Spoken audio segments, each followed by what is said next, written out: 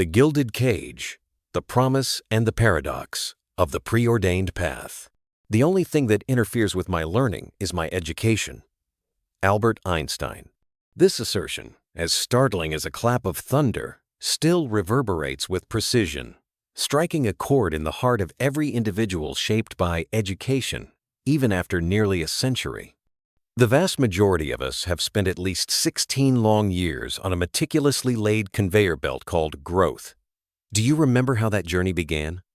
It started with the tender nursery rhymes and vibrant building blocks of kindergarten, where the world was an expansive, boundless place, and every question shimmered with a star-like curiosity. Then came the school bell of elementary school, its crisp ring for the first time slicing your time into neat, 45-minute segments. The chalk dust danced in sunbeams, forming symbols and formulas you were required to memorize. You learned to hide the angles of your body within a uniform, to temper your wild calls into a polite, "Good morning, teacher." This was followed by the mountainous stacks of books and examination papers of secondary school, standing like silent peaks between your youth and your future. The ranking after each exam was an invisible ruler, precisely measuring your value within the societal evaluation system. The hopes of your parents, the admonitions of your teachers, and the competition among your peers wove together a vast and sturdy net. At the other end of this net was a promised bright future, a good university, a respectable job, a stable life. The path was so clear, so logical, that we never once questioned its legitimacy. It was like a detailed instruction manual, guiding us to assemble our lives step by step. We studied to pass exams. We followed rules to earn rewards. We passed exams to enter the next, more advanced workshop. And we received a diploma, which served as a passport to the adult world. A ticket to be exchanged for a seat at the grand banquet of success. You gave it your all. You burned the midnight oil. The corners of your textbooks were curled and worn from use. You compressed the stirrings and confusions of your youth into the crevices between formulas and definitions, and you made it. Perhaps you truly received that gold-rimmed diploma, found a job that earned the nods of approval from relatives and friends, and acquired all the trappings of a stable existence. From the outside, your construction is complete, solid, respectable, and meeting everyone's expectations. Yet, in the dead of night, when the world's clamor fades and only the sound of your own breathing remains, does a profound, ineffable sense of emptiness ever creep in like a silent tide? You look at the person in the mirror, this so-called successful individual, and feel a flicker of strangeness. You can skillfully navigate the chessboard of social rules, earn a living wage, maintain a routine of efficiency, and meet every expectation that your family, your company, and society at large has placed upon your role. But beneath this well-oiled machine of a body, has your inner world become a wasteland? You find you've lost the ability to ask questions not because you have none, but because you no longer even know where to begin. That most fundamental question, like a seed buried too deep, can never seem to break the surface. Who am I? Stripped of these titles, these labels, these achievements, who am I really? What do I truly desire? And why, after I've done everything I was told I should do I not feel whole but instead more fragmented than ever before? This feeling is not some unique, self-indulgent sorrow of yours. It is a symptom of our times, a collective bewilderment that permeates the minds of countless, highly educated, highly accomplished individuals. A 2021 survey by the Pew Research Center revealed that over 60% of adults in the United States, many of them highly educated elites, have questioned the meaning and purpose of their lives. This figure points not to individual failure, but to a deep, systemic, structural flaw within the massive educational system we inhabit. We are like gifts meticulously wrapped in ornate boxes, with beautiful packaging and clear labels. But the gift itself has been forgotten.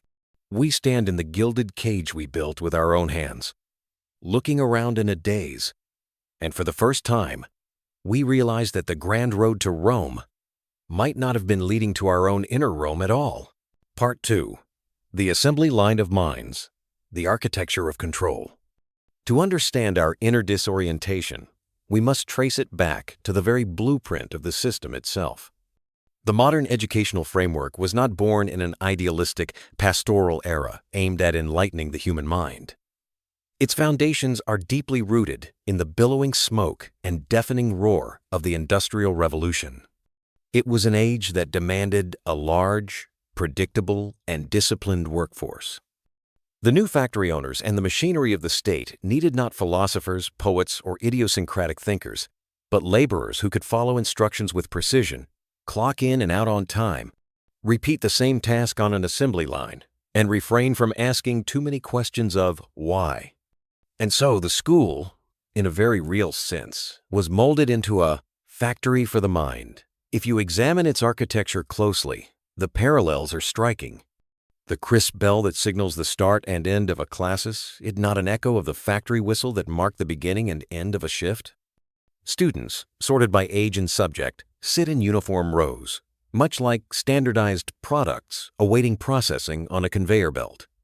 The curriculum is fragmented into disconnected modules: language, mathematics, physics, chemistry, like different stages of production. Students move from one workshop to another, passively receiving the infusion of knowledge. And the final assessment, the examination paper that decides one's fate, is the ultimate quality control check, using a single, uniform standard to measure whether each product is qualified to leave the factory. Those who fail are labeled as defects and are channeled into the secondary tracks of society. The Austrian philosopher Ivan Illich, in his earth-shattering book Deschooling Society, pointed this out with piercing clarity.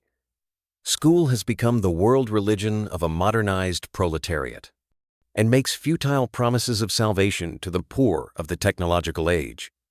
He argued that the function of school extends far beyond the transmission of knowledge. It is the installation of a hidden curriculum.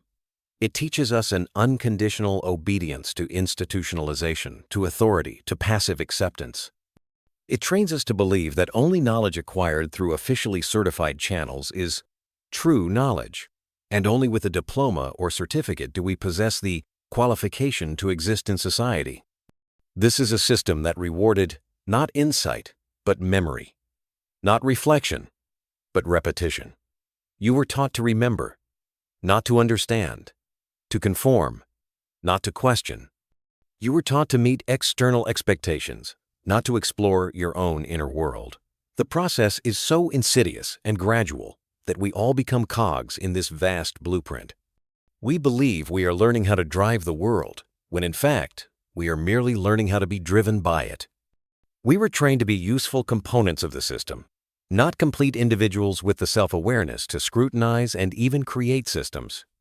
This standardized production inevitably leads to the erosion of individuality and the stifling of creativity. A child is born with an endless curiosity about the world. They ask, why is the sky blue? Why do leaves fall from the trees? Why do I have to go to school? These questions are the very starting points of deep understanding, the most precious sparks of the human intellect. However, in the educational factory, where efficiency and standardization are paramount, such questions are often treated as disruptions, digressions, or challenges to authority. Burdened by heavy teaching loads and standardized curricula, teachers have neither the time nor the energy to guide each child on a personalized journey of discovery. Gradually, children learn to be silent. They learn to ask only the questions that have a standard answer. They come to understand that achieving high scores is more important than nurturing curiosity, and that fitting in is safer than holding on to one's own unique perspective. And so, that spark of exploration, in the face of countless admonitions of, that's not on the test, that's not useful, and just listen to the teacher, begins to dim and eventually is extinguished. We become like a crowd of clones with barcodes printed on our foreheads, our product model and production date clearly marked. We are uniform, easy to manage, but in the process, we lose the most vibrant and unique textures of our souls. The great deception is not that education failed us, but that it never, from the very beginning, intended for us to find ourselves. Part 3. The Scars of Silence, the Psychological Cost of Conformity. When a system treats curiosity as a nuisance and defines independent thought as rebellion, it leaves behind invisible wounds that are difficult to heal. This trauma may not be as visible as a physical injury, but over the long years, it continuously erodes our spiritual core, shaping many of the struggles and anxieties we face in adulthood. Let's begin with that stifled curiosity. Have you noticed how, as an adult, it becomes increasingly difficult to develop a pure, non-utilitarian love for something? We are conditioned to ask, "What's the use of this?" Or, "What benefit will this bring?" before we act. We learn a new language to add a line to our resume. We practice a musical instrument to have something to perform at social gatherings. We read a book to acquire intellectual capital for conversation. We have lost the ability to explore for the sake of exploring, to love for the sake of loving. The pure impulse that once drove a child to dismantle a toy or chase a butterfly has been replaced by the adult logic of a return on investment. Our heart is no longer a wilderness to be freely roamed, but a meticulously cultivated field awaiting a harvest. What follows is a profound fear of making mistakes. In our educational experience, mistakes were typically associated with red crosses, lower scores, and the ensuing criticism and punishment. A mistake was defined as synonymous with failure, and so we learned to be cautious, to never try anything unless we were absolutely certain of success. At work, we would rather follow precedent than propose a new idea that might fail. In relationships, we are afraid to express our true feelings because it might lead to conflict or rejection. When faced with major life choices, we gravitate toward the most traveled, safest path. We live like tightrope walkers, every step taken with trepidation, terrified of a misstep that could send us plunging into the abyss of failure. Yet all true growth, innovation, and breakthroughs in life stem precisely from the exploration of the unknown and the embrace of error. A life without mistakes is a life that has never been truly lived. The deeper damage manifests in a distorted sense of self-worth. When an individual's value is defined from childhood by external evaluation system scores, rankings, awards, it becomes exceedingly difficult to build a stable, internal sense of self that is not dependent on outside approval. Our confidence becomes a kite held by others, soaring or dipping entirely at the mercy of external winds. We become approval addicts, working desperately, socializing and performing, all to earn a like, a word of praise, a nod of affirmation. We crave success, perhaps not for the experience of success itself, but for the social labels that come with it, which seem to prove that I am good and I have value. Consequently, when faced with setbacks, unemployment, or simply a lack of applause, we easily spiral into self-doubt and a collapse of self-worth, as if our entire world has crumbled. This is because we were never taught that our worth is innate, inherent, and requires no external validation. This long-term suppression and distorted valuation of the self ultimately leads to a pervasive emotional detachment and numbness. We fear feeling so-called negative emotions like sadness, anger, or confusion because they don't fit the social persona of a successful and positive individual. We learn to fill the void within with busyness, entertainment, and consumption, using rational analysis to sidestep the turbulence of our emotions. Our minds have been overdeveloped, while our hearts have gradually atrophied. We can analyze complex financial statements, but cannot decipher the desires of our own hearts. We can construct intricate business models, but cannot build bridges of genuine emotional connection with others. We have become emotionally illiterate, navigating a world of numbers and logic with ease, yet appearing clumsy and helpless when faced with the great human questions of love, loss, and loneliness. This is the price we paid for that education. We were trained to be so excellent that we forgot how to be whole. We learned how to survive, but we forgot how to live.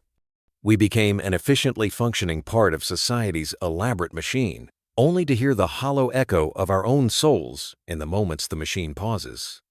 This price, silent and immense, is the root of the unspeakable pain and confusion that many of us carry into our adult lives.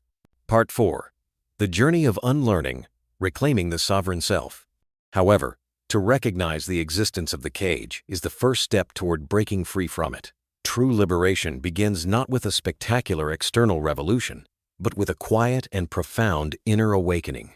This path of returning to the self is not about learning more, but about unlearning, about scrutinizing, questioning, and dismantling the beliefs, fears, and value systems that were unconsciously programmed into us throughout our upbringing.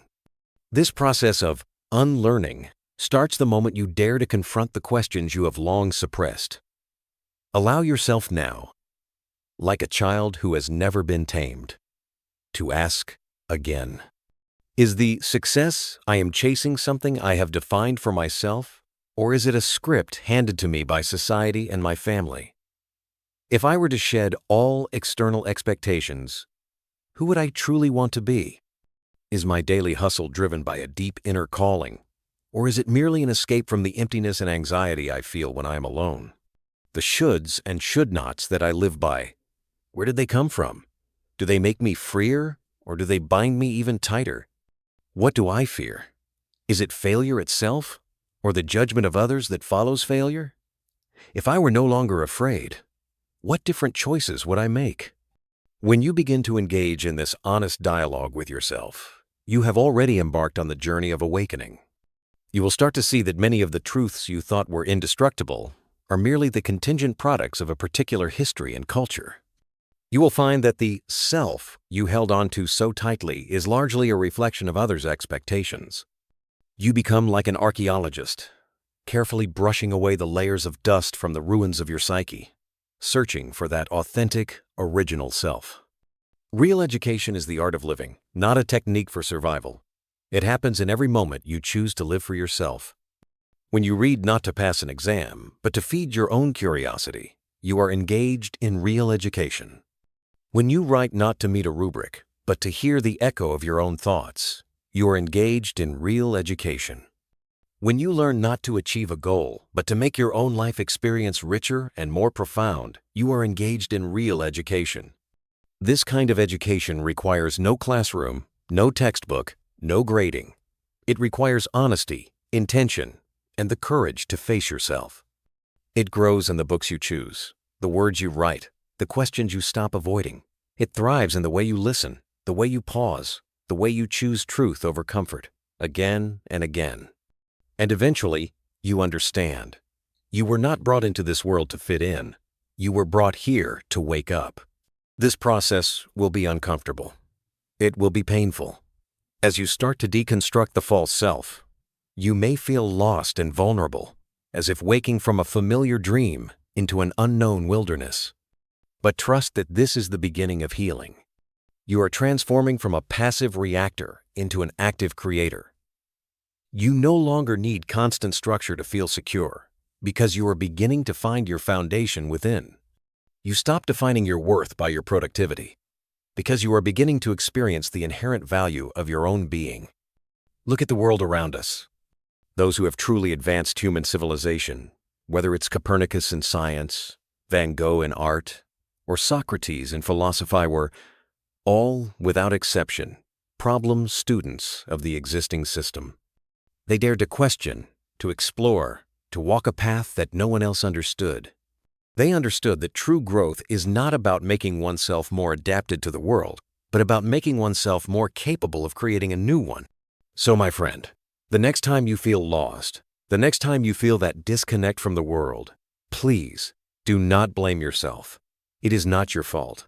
It is the authentic, untainted self deep within you, protesting against a world of conformity. It is reminding you that the life you have been given is infinitely vaster than a diploma, a job title, or a social role. This real education is only just beginning. It is not about becoming someone new, but about remembering who you were before the world told you who to be. It is a journey of return, a reclamation of the curiosity, courage, and creativity that are your birthright. And this journey, though quiet, is nothing short of revolutionary. Are you ready to begin?